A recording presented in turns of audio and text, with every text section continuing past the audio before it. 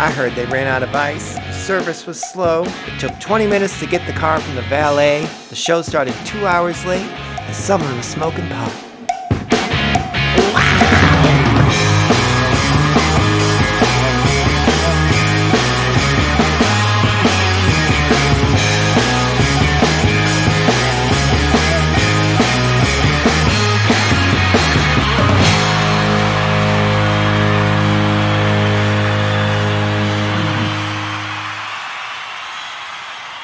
In the summer of 1969, what seemed to be the entire young generation of the 1960s made a pilgrimage to White Lake in the small town of Bethel in upstate New York to attend the Aquarian Music and Arts Festival called Woodstock. Before the time of cell phones and social media, social circles were mostly limited to those family members and friends in the immediate area. So imagine the awe and the joy they must have felt when they crested the hill and saw, as far as the eye could see, a mass of like-minded brothers and sisters who looked, spoke, and believed as they did, and that their counterculture, known as the hippie culture, was, in that moment, undeniably being woven into the fabric of world history. The die was cast, time itself slowed to take notice, and the hippie culture displayed to the world its collective intention for peace and love for all. Thank you. Settle down now. Settle down. Well, hello and welcome to Producer Dan. Thank you very much for joining me on this special video that I've made about Woodstock. In my last video, which was Embracing Imperfection in Music, I discussed the opening act for Woodstock, and that was Richie Havens, and how a lot of imperfect situations came together to create a magical and unforgettable moment in time. And so that kind of got me thinking that I wanted to cover a little bit more on Woodstock. I wanted to do a video about Woodstock, and I don't know what I was thinking, but I have begun the process of doing the video, and it's a lot, of course. It was a 3-day festival of music and art that got way out of hand. 4 times the amount of people showed up than they expected. And it really was a situation that could go one way or the other. And the whole thing went down peacefully to the surprise of everyone watching. And I'm going to do my best to kind of scratch the surface. I've done some research, and there's a lot to say about it. And I wondered what direction I would go in, from what angle. The music, of course, is amazing. The acts they got were incredible. And the live versions of their songs were very raw and inspired, and they just gave it all they had. They were high, of course, and they were just in the moment, inspired, loving the whole thing.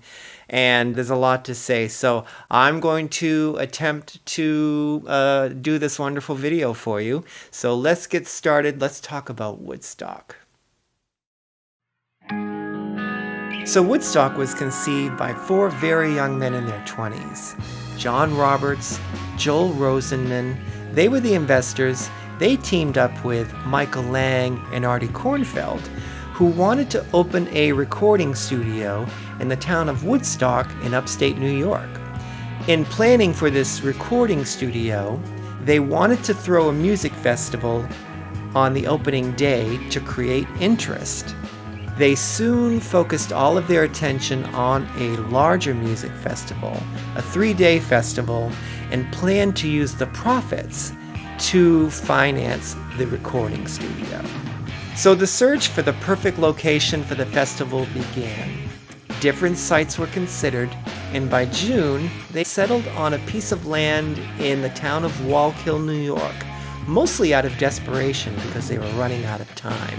So development of the land began, and they sold $1 million worth of tickets before the town took a vote and voted the festival out of Wallkill just 5 weeks before opening day. Now, somewhat relieved because the site was not ideal, they doubled their efforts to find a new location, and luckily, a dairy farmer in the area named Max Yazger offered up his land for the festival. And after seeing that perfectly sloping field that made a natural amphitheater, a deal was struck on the spot. Now, they had just 5 weeks to install roads, electricity, phones, water, toilets, fences, ticket booths, build the stage, set up the lighting, and everything would be left somewhat unfinished before opening day. And what's more, people started arriving 1 week prior to the concert, and when the sun came up on August 15th, that Friday, over 50,000 people had already sat down in the field. And they kept coming. As a matter of fact, it was estimated that over 500,000 people attended Woodstock over the 3-day period. Now, the fences weren't finished and the ticket booths weren't set up, so there was no way to collect or sell tickets to the people. They could see the volatile situation that was developing. So for the safety of the people, they took down the fences that had been set up and declared Woodstock a free concert for the people. The investors would lose everything and be $3 million in debt when the concert was over. This was just the beginning of the challenges they would face over the 3-day festival.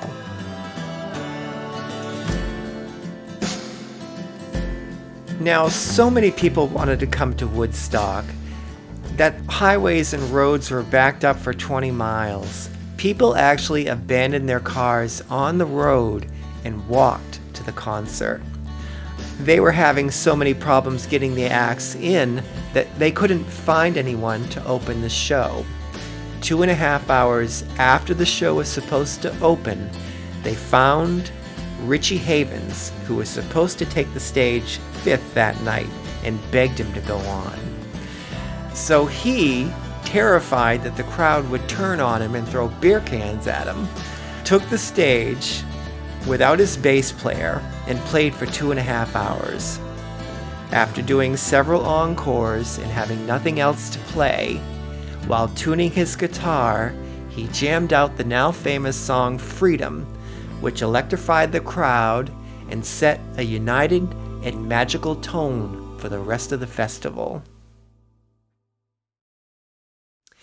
Opening day was chaotic, to say the least. Luckily, mostly acoustic folk singers like Bert Sommer were booked for day 1. That made it a little easier to get acts on the stage. Some performers, like Tim Hardin and Arthur Guthrie, took the stage well before they expected to. They were mentally unprepared and very high. Joan Baez took the stage very late that evening at 1 a.m. She gave a very sweet and mellow performance. She sang the crowd to sleep during a light rain after a long and hectic day.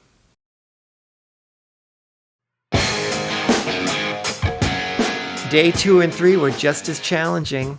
They had to hire helicopters to get the bands from their hotels to the concert site because the roads were impassable. John Sebastian was not scheduled to perform at Woodstock, but the promoters knew he was there, and they needed someone to take the stage for 30 minutes while the next band set up. So they snatched him from his tent and put him on the stage, unprepared and high. He borrowed a guitar from his friend Tim Hardin and gave one of the most memorable solo performances on day 2. Santana, at that time an unknown Latin rock band from San Francisco, were booked mainly as a favor to a friend of the producers, and also because they were awesome. Now their sound almost defines Woodstock. Their song, Soul Sacrifice, and the amazing drum solo given by their drummer, Michael Shrieve, who at the time was the second youngest performer at Woodstock at age 20, charged the crowd on day 2 and launched their careers. Over the next 2 days, other unknown performers would launch their careers with their legendary performances. Crosby, Stills, and Nash, and Young, having performed only once prior to taking the stage at Woodstock, told the crowd they were scared shitless. And Joe Cocker, my favorite, an unknown British singer in the United States at that time, gave a raw and unforgettable performance of the Beatles song, A Little Help from Your Friends. His performance showed the absolute height of the level of what the artists were giving at Woodstock. He left it all on the stage just before the now famous rainstorm rolled in. But before we move on to the storm, I wanted just to quickly mention some of the well-known acts that made Woodstock the phenomenon that it was. Jefferson Airplane, Janis Joplin, The Who, Creedence Clearwater Revival, Sly and the Family Stone, The Grateful Dead, and of course, Jimi Hendrix, who played the national anthem at the end of the concert Monday morning at 9 a.m. to a crowd of about 30,000 people, as many of the festival goers had left the night before. It rained many times during Woodstock. This time, the wind and rain would be severe, saturating the already wet and trampled ground, creating a very real and dangerous threat of mass electrocution. But when the storm was over, the mud created a badly needed, joyous and playful activity. Wavy Gravy and the Hog Farm Commune were brought in to give the attendees a sense of security and calm. They called themselves the Please Force and set up freak-out tents for those on bad acid trips. They also helped the promoters feed an estimated 160,000 people when the food ran out. Rockefeller came very close to sending in the National Guard to shut the festival down. In the end, he sent military helicopters with food, water, and emergency medical assistance. When it was all over, Woodstock not only left its mark on the fields of Bethel, New York, but had bent the rigid values then common in the 50s and early 60s. The hippies of Woodstock peacefully stood together on that now famous hill and broadened the minds of the Bethel community and also of those who watched it from afar through TV, radio, and movies. I think the Woodstock album cover sums up the monumental event perfectly, because the couple pictured in that famous photograph, Bobby and Nick Erkeline, having dated only 2 months prior to their experience at Woodstock, got married, had children and grandchildren, and are still together to this day. The story of Woodstock will be told for generations. The site is now a National Historical Landmark and Museum in Bethel, New York. Max Yasgur, the dairy farmer on whose property the festival took place, said it best when he asked to speak to the crowd on day 2 of the festival. He took the microphone and gave his praise and thanks to the crowd. He said, "I'm a farmer. I don't know how to speak to 20 people at a time, let alone a crowd like this. But I think you people have proven something to the world, not only to the town of Bethel or Sullivan County or New York State. You've proven something to the world. This is the largest group of people ever assembled in one place. We have had no idea that there would be this size group, and because of that, you've had quite a few inconveniences as far as water, food, and so forth. Your producers have done a mammoth job to see that you're taken care of. They'd enjoy a vote of thanks. But above that, the important thing that you've proven to the world is that 500,000 kids, and I call you kids because I have children that are older than you are, 500,000 young people can get together and have 3 days of fun and music and have nothing but fun and music. And I God bless you for it. And I'd like to thank you for watching this video. If you like the content, please give me a thumbs up. Subscribe to the channel. I'd love to have you on as a new subscriber.